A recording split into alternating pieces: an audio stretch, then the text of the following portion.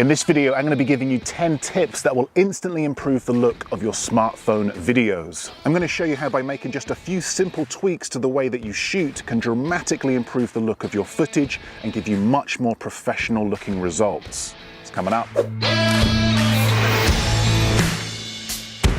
Hey everyone, Steve here from Learn Online Video, and today I'm at this incredible location on the Cornish coast in the southwest of England, where I'm going to be giving you 10 tips to help you improve the look of your smartphone videos. I'm going to be giving you tips on how to shoot your footage, as well as tips on editing with music and sound effects. Today's video is sponsored by Epidemic Sound. This is where I'm going to be getting all of my music and sound effects for today's video. So let's jump straight into tip number 1, camera angles. Try to avoid shooting at eye level. This is the most common angle that people use, and it's not particularly exciting. So make your footage stand out by mixing up your camera angles. Try lowering your camera to get it closer to the ground. This will instantly create a much more interesting perspective. Just look at the difference between these two shots. Try shots pointing down. Top-down shots are a great way to make your footage stand out. Try shots pointing up. This is an often overlooked angle that delivers incredibly dramatic results.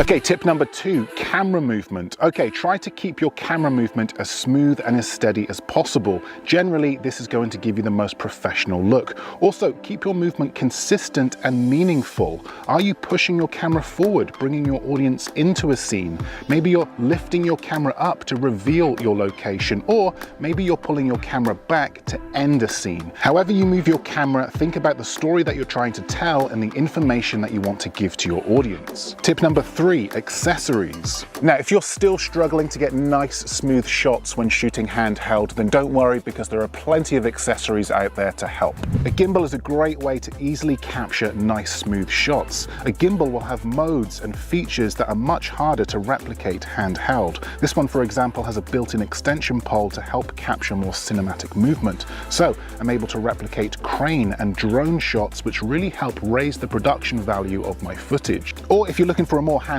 look, then a cage like this one here is a great option. It allows you to take your hands off your camera while shooting, plus offers the ability to add accessories like a microphone or a light. Also, lenses and filters are another great way to level up your videos. These will help minimize glare and reflections. They'll also help enhance colors. Now, don't get me wrong, it's totally possible to capture great looking footage without all of these accessories, but quite often they come in extremely handy and they allow you to capture those shots much quicker and easier. As always, all accessories used in this video will be linked in the description below. Okay, tip number 4, slow motion. Slow motion is by far one of the best ways to make your footage stand out. Not only does it help smooth out your footage, particularly when shooting handheld, but it also allows your audience to take in more information. Take these crashing waves, for example. This shot looks okay, but now let's shoot it again, this time in slow motion. I'm switching to 120 frames per second, and this is the result. A shot that plays at 25% speed. It allows the audience to take in more information, to appreciate the shot. It makes the moment clearer and more dramatic. It can also help set a mood or a tone. Plenty of creative ways that you can use slow motion to help make your footage stand out. Be sure to experiment. Okay, tip number 5, lenses. Now, depending on your phone, you may or may not have different lens options. This one, for example, has 3 lenses. We've got the standard lens. This is the lens that most people use. We've got the ultra-wide lens. Now we can see even more of this landscape, and a telephoto lens. Now we can zoom right in on this coastline and capture things we wouldn't normally see. So if you have these options, then be sure to use them. If your phone doesn't have these lenses, then go old school. If you want a shot closer up, then get closer. If you want a shot from further away, then just pull back. The most important part here is that you're capturing a good variety of shots. Nice close-up detailed shots, mid shots, and wide shots. That's what's going to keep your footage interesting and your viewers engaged. Tip number 6, music and sound effects. The difference simply adding music and sound effects can make to your footage is huge. Take this shot here, for example. It looks okay, but the audio is terrible. So I'm going to swap out this horrible wind noise with something a little less distracting, add a soft layer of music, and add a sound of some waves crashing. Let's take a listen.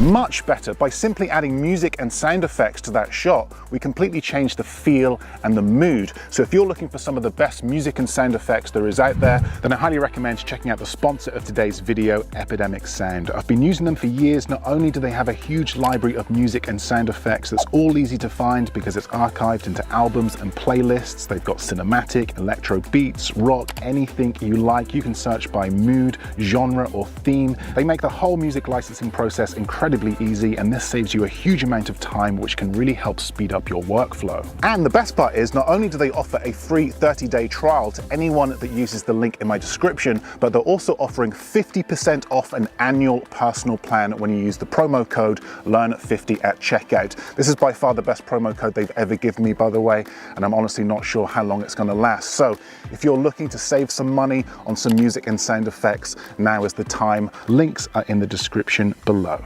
Okay, let's talk about camera phone features, because depending on what phone you have will depend on what features you have. This phone, for example, the iPhone 13 Pro Max, has cinematic mode. This will allow me to select my focal point and it will then blur out the background to give it a much more filmic look. This mode replicates a shallow depth of field, not something usually associated with smartphone footage, so a great way to increase the production value of my footage. We also have time-lapse mode. This is another great way to add movement to your shots. It's important that you keep your camera nice and still for this. I don't have a tripod with me today, so I'm going to attach my phone to my gimbal, rest it against my camera bag and hit record. This is the result.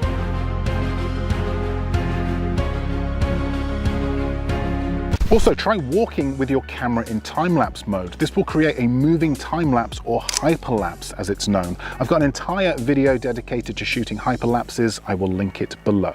Okay, let's talk about color grading, because color grading is one of the best ways to stylize your footage. Most smartphones shoot in a very similar picture profile. It's usually quite saturated and the colors are boosted, but we can change that by adding a color grade. We could go dark and moody, we could go bright and colorful. Again, experimentation is key. Do what works best for you and your footage. Play around with contrast, white balance, saturation. Personally, I use my own custom LUTs, as these are specifically designed for smartphone footage. I can just drag these on and with the click of a button add any of these presets to my edit, giving each one a different style, and this saves me a ton of time. I will link my smartphone LUT pack in the description below. Okay, number 9, camera apps. Let's talk about camera apps because this is important. Now, when first starting out, your phone's native camera app will be more than enough for what you need. The app is simplistic, it's easy to use and delivers great results. But for some of you, particularly those of you that are taking things a bit more seriously, you might need more control over your camera settings. So this is where a professional camera app comes in. You can find these on the App Store. Some are free, some you have to pay for. The Moment app is free, so let's go with that one for now. Okay, with the app open, we now have full access to our camera controls and we can manually adjust all of our settings. I can change the ISO, shutter speed, white balance. I can then lock in all of these settings and this will give my footage a much more consistent look. Okay, tip number 10, get creative. Just try and have fun when you shoot. Look for ways to capture shots that are unique or unusual. Think about creative ways to make your footage stand out. Use transitions, look for interesting angles and perspectives. Experiment with different styles of shooting and editing. Look for locations that an audience would enjoy seeing and use elements within your environment to help tell a story. Combine all of this with music, sound effects, and color grading. So look, hopefully these tips have helped and you'll see a huge improvement the next time you go out and shoot. If you found this video useful and you'd like to learn more about video production and filmmaking, then I have a ton more content on this channel. Be sure to check it out, particularly these 2 videos here. This one here will teach you how to shoot cinematic smartphone footage, and this one here will teach you how to improve your gimbal moves. But that's it from me. Thanks for watching, and I will see you in the next video.